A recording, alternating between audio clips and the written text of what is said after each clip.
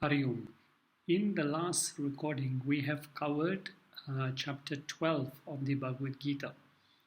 And today we will start with the discussion on chapter 13 of the Bhagavad Geeta, which is entitled Kshetraknya Vibhaga Yoga. So, Kshetra, what is Kshetra? What is Kshetraknya? Vibhaga means the division between these two. We have to understand this very clearly. This is what the chapter explains. Now, with the completion of chapter 12, we have completed two parts of the Gita. The first part is the first 6 chapters of the Gita, which deal with Jiva Swarupam, what is the essential nature of the Jiva. And the yoga that was emphasized in the first 6 chapters was Karma Yoga as a sadhana. And then also the third point that was emphasized in the first 6 chapters was the importance of individual effort, or what is called as Purusha Prayatana. How important is it for an individual to make effort on the spiritual path? Then in the middle 6 chapters, the topic was Ishvara Swarupa. First 6 chapters talked about the individual Atma, Jiva, and the middle 6 chapters talk about the Paramatma, the supreme nature of God.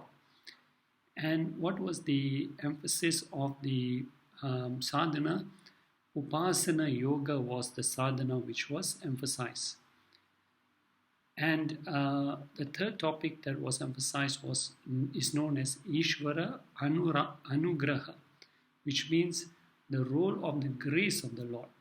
So while the first 6 chapters recognize that we must put in effort, the middle 6 chapters say also we must surrender for the grace of the Lord also to support us also. Now in the third and final section of the Gita, from chapters 13 to 18, the main topics are Jiva Ishvara Aikyam. So the oneness of merging of Jivatma and Paramatma. First 6 chapters, Jiva's description was given. Middle 6 chapters, Ishvara's description was given. Final 6 chapters, how is this Jiva and Ishvara to be merged?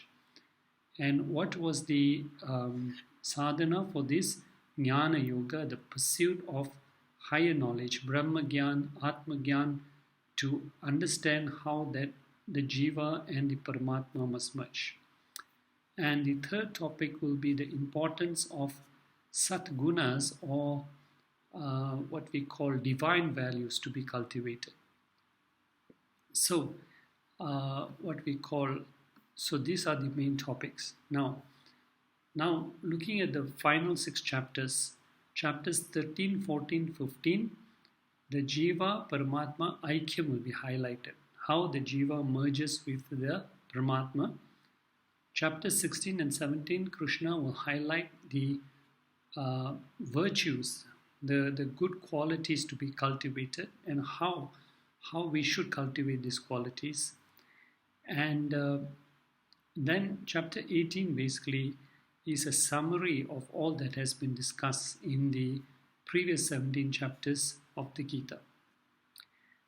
So the Jivatma Paramatma Aikyam should be understood with the example of waves and ocean. Waves and ocean are different. One is small, the other is big, huge. One is master, the other is slave. One is nityam, permanent, the other is anityam. One is the cause, the other is the effect. Thus, the differences between wave and ocean are there. But if we analyze wave and ocean from a subtle view, we conclude that actually, in essence, there is no difference between wave and ocean, as both are one water appearing differently. Similarly, there is no difference between Paramatma and Jivatma. In essence, both are nature of Satchit Ananda. The difference is only because we see Nama Rupa covering. So, however, on the path of Karma Yoga and Upasana Yoga, we see the difference in the two between Paramatma and Jivatma. But when we come to Jnana Yoga, we realize that both are one in essence. But Jnana Yoga is a long process, consists of Shravanam, Mananam, Nididhyasanam, and once we have systematically gone through Jnana Yoga, the conviction should be in us, I, the Jivatma and Paramatma are essentially one. So Krishna will also talk about the virtues, the divine virtues to be cultivated so that the mind is ready to absorb this very high knowledge. And these virtues will be discussed in chapters 16. There are 20 virtues given there. And also, 26 virtues given in chapter 16.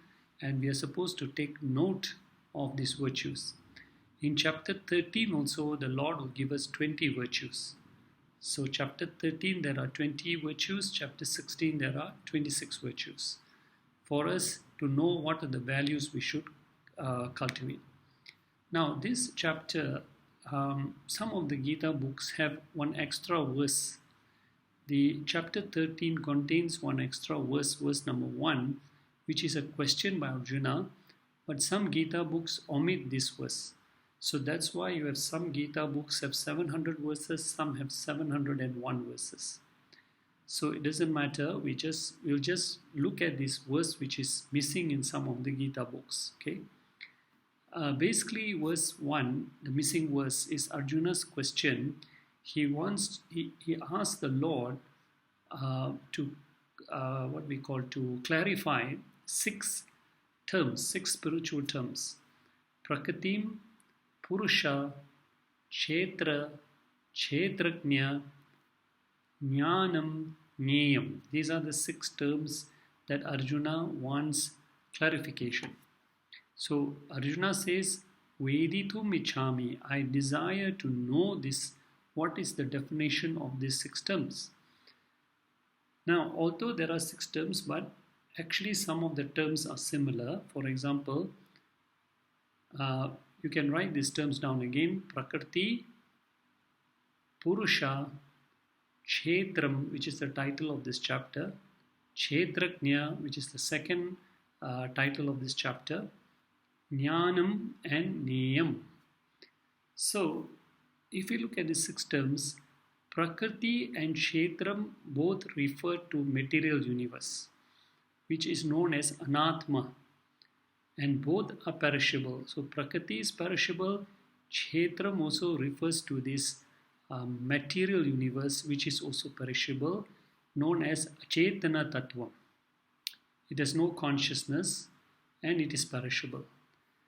Then the other 2 terms, Purusha and Kshetrajnam, and Jneyam. Purusha, Kshetrajnam and Jneyam, all these 3 refer to the same principle, that is Atma Tattvam, that is consciousness, Chetana, it is consciousness. Thus, in short, these 5 terms can be grouped into 2 subjects. One is matter, that is Prakriti and Kshetram refer to matter. Purusha, Kshetrajnam, Jneyam refer to consciousness. And the final 6th topic is Jnanam, normally refers to knowledge, but in this context, in this context of chapter 13, it means the virtues to be cultivated for gaining knowledge.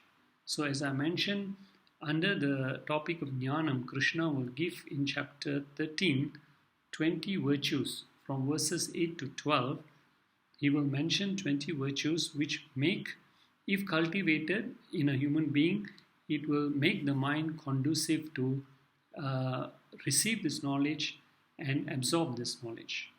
So now there are actually only 3 topics. What is Atma or consciousness? What is Anatma or matter? And what are the values needed to be cultivated in order to gain this knowledge? So with this understanding now, let us go into verse number 1, which in our Gita book starts with Krishna himself speaking. So that our Gita book also, that verse number 1 from Arjuna is missing, but it is quite self-explanatory. So now the Lord answers to Arjuna's question. He says, first of all, he identifies what is Kshetram. Kshetram, translated here, means field. In fact, any field is called Kshetra normally in very common language. In fact, if you look at chapter 1, verse 1, the very first word, Dharma Kshetre Kuru Kshetre. So Kshetre, there was a land. Dharma Kshetre means land of Dharma. Kuru Kshetre means the land that belonged to King Kuru. So here the same word is used, and the Lord clarifies that what is this Kshetram? What is this Kshetram which is referred to as field? The Lord says, Idam Shariram Abhidhiyate iti Kshetram. Iti Kshetram, what is Kshetram? Abhidhiyate is referred to as Idam Shariram. This body is referred to as a field. So, it is very, allegorical. The scriptures refer to this body as a field, which is an object of your experience and which you use to experience the world. The body is called a field. Now, why is this body compared to a field? Because in the field, we sow the seeds, and the seeds that we sow have got a potency to sprout. So the seeds need the field in order to sprout into flower or fruit or greens or whatever it is. In the same way, this body is a field. The jiva in which we plow our actions in, we use this body, and the seeds are punyam or papam. So these punyam or papam have got the potency to fructify to sukham or dukham. Sukham fruit is tasty, papam fruit is bitter. So in order for us to experience this papam, punyam and papam, we need a kshetra, we need a body to convert it to sukham and dukham. Thus this body is a field of experiences. Based on what actions we plow, we use this body, it is what we will also face the consequences also. So the Lord says this body is like a field, it's like a kshetram, it's like a field. Now, to understand these statements, we must be aware of two fundamental laws of Upanishad teachings. Number one, I, the experiencer, the conscious principle, am different from whatever objects I experience. The experiencer subject is always different from the experienced object. Example, I experience this book. So I, the experiencer, and the book are different. Thus, if I have to know who am I, what should I do? Whatever I experience, I should keep on negating. Because whatever I experience is not me, the experiencer. So, I am the subject who is different from the object being experienced. This is what in the Upanishads is called neti, concept of negation. Na iti, I am not this, I am not this. This is what is called as self-enquiry. Keep on negating whatever I experience. I experience the wall, therefore I am not the wall. Then you move closer until you come to the body. I am experiencing the body, therefore I, the experiencer, am not the body. I am experiencing the mind, the various thoughts I am experiencing, but I have to understand I am the experiencer, am not the mind. I am different than the mind. So that's how we negate everything one by one. You alone know the physical condition of your body, your thoughts, your knowledge. All these you are able to experience. Therefore, you, the subject, are different from the objective body, mind, intellect. The body mind is a medium I use to experience the world. So, however, while it is very easy for us to conclude that the external world is different than me, but the difficulty is accepting that my body, my mind, and intellect also is different from me. Thus, Krishna says all that you are experiencing is called Kshetram, the field. You, the experiencer, are not this Kshetram, but the Kshetraknya, the knower of the field. Okay? So, Kshetra is matter, Kshetraknya is consciousness or Atma. And if you recall in chapter 2, verses 12 to 25, chapter 2, verses 12 to 25, a description of this Atma or consciousness was given. And so there we've already told what is the nature of the Atma also. Okay, so now we have to understand that all the changes also that happen to the body, birth, decay, etc. are not me, but I am experiencing them. Okay. Then we must also be conscious of all these teachings. And the second factor is, of course, the consciousness, which is the experiencer.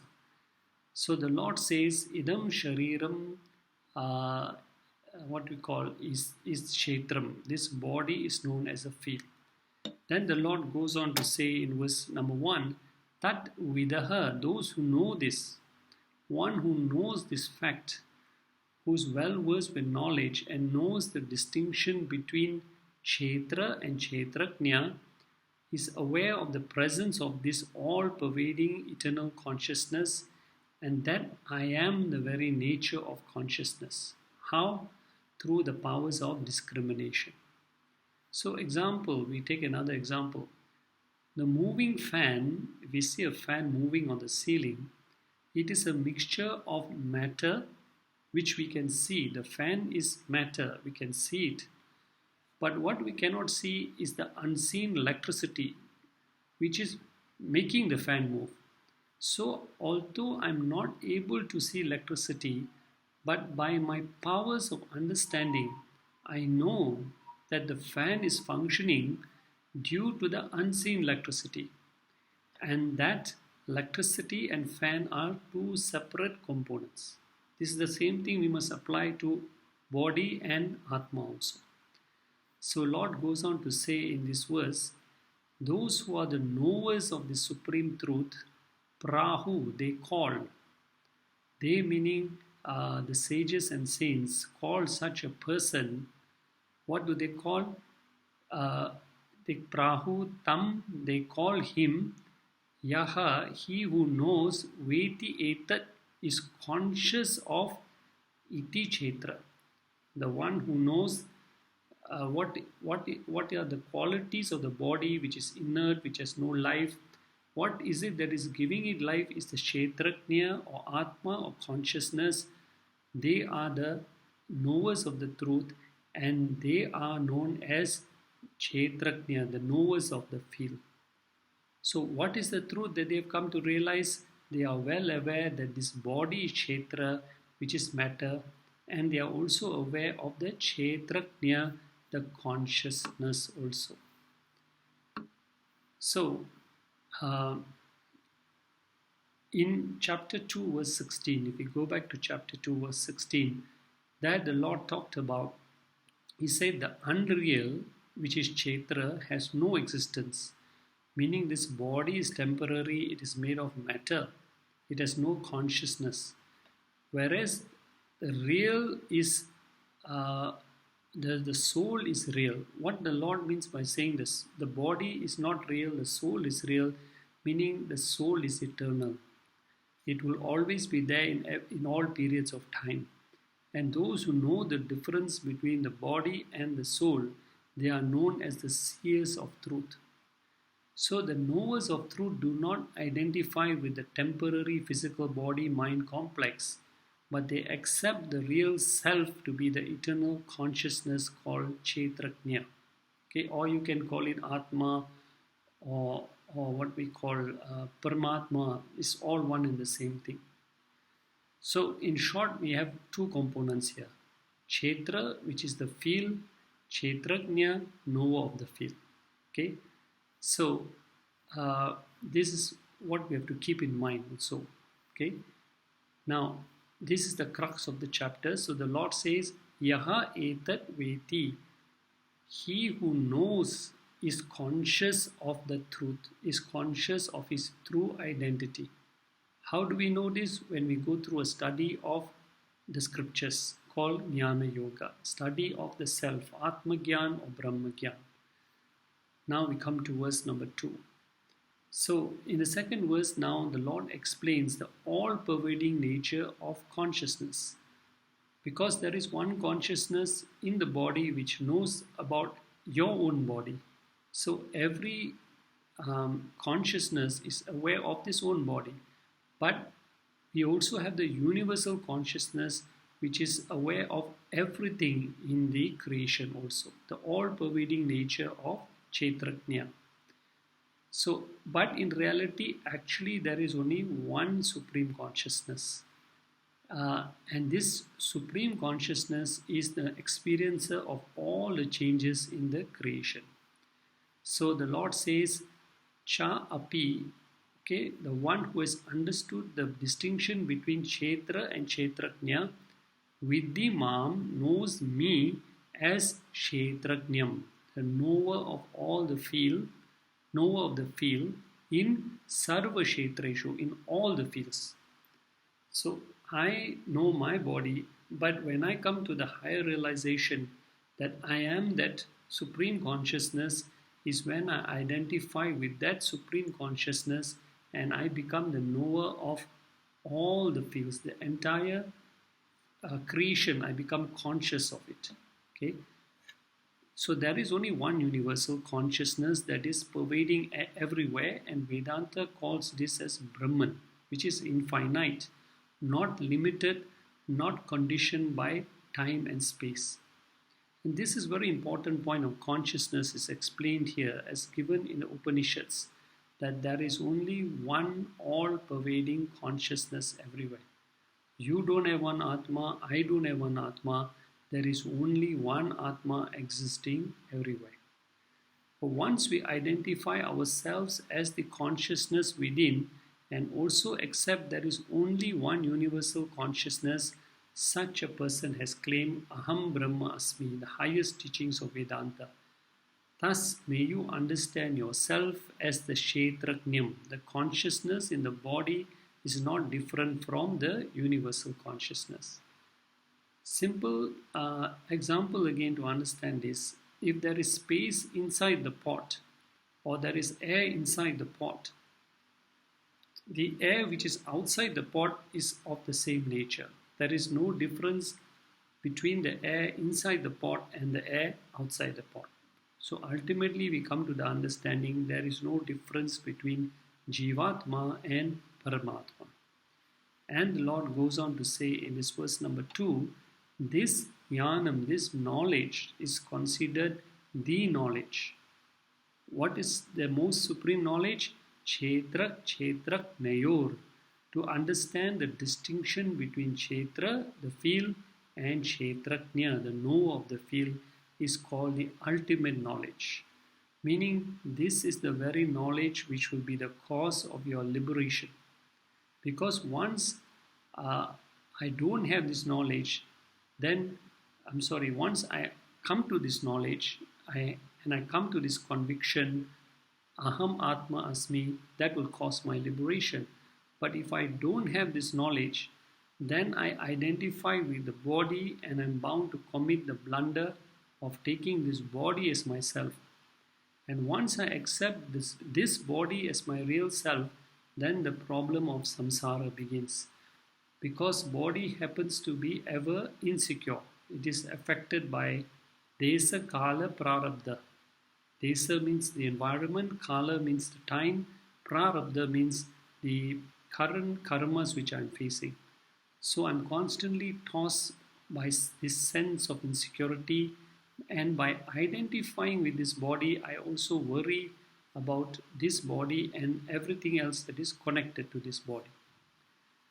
So the Lord says, Yat this knowledge of this kind, tat, that alone, that type of knowledge alone is known as jnanam. That is the real knowledge. That is the highest knowledge. Because it is the only knowledge that would lead to moksha or liberation. Right? And any knowledge which is opposed to this only takes us towards ignorance and bondage.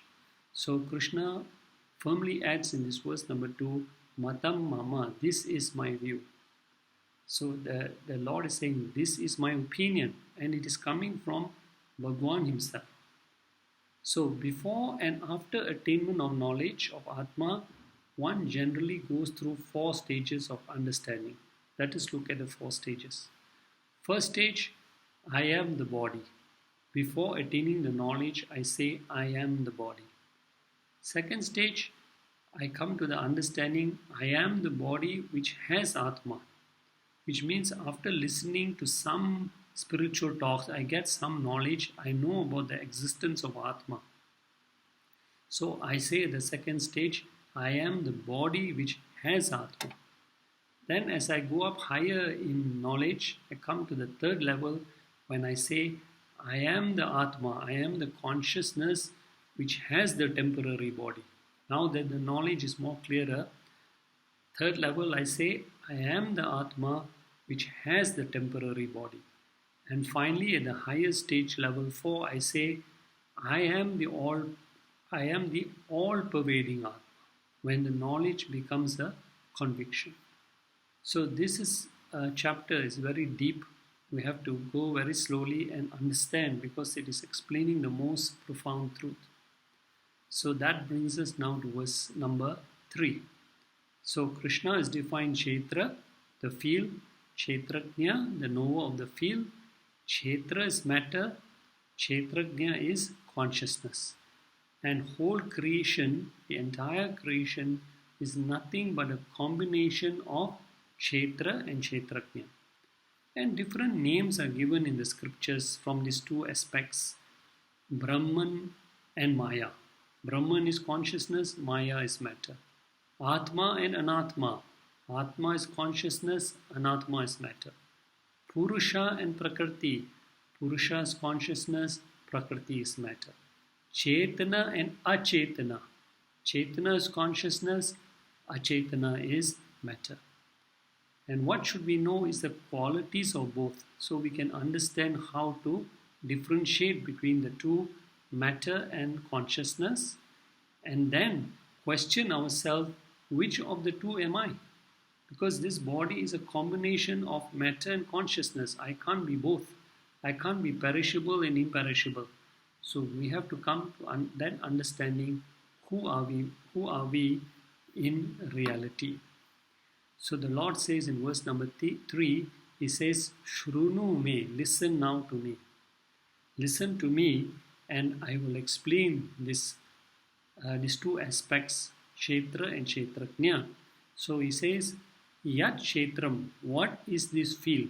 May you understand, I will explain to you what is this field. Yadrakcha. Yadrakcha means what are the nature or the properties of this field. What is the definition of this field? What is the meaning of this field? What are the qualities of this field? Another name for the field is also given as Apara Prakriti, the lower nature. Okay. So the Lord says, I will explain to you what is Kshetra and what is its properties, Yadrakcha. And the next thing I will explain to you about the field is Yad Vikari. What are its changes and modifications? Because it is the matter which goes through all kinds of changes. The body goes through all kinds of changes, from black hair becomes white hair, skin gets wrinkles, the body decays, so it goes through various changes. So the Lord says, I will tell you about Kshetra, what is matter, what is nature of matter, and what are the modifications. And I will also speak about Yaha, who, Saha, he is. So, who he is here refers to Kshetrajna, the pure consciousness. Right? So this is how the Lord refers to as Kshetrajna. I will also speak to you about Yaha, who is Saha, who he is. Okay. And what about this consciousness? Lord says, I will talk to you about Prabhavas. Prabhavas means the powers of Kshetrajna. So what are the powers of Kshetrajna? I will also explain to you Samasena in brief. In briefly, I'm going to tell you all this. So there will be a brief description of Kshetra and the qualities, Kshetrajna and its powers given in this chapter. But for more elaboration, we will have to study the Upanishads and also various commentaries like Atma Bodha, Tattva Bodha, which were written by Adi Sankaracharya, and Brahma Sutra, which is written by Vyasacharya. So up to this verse 3 of chapter 13, we will stop and we will resume with verse 4 in the next recording. Hari Om Tat Sat.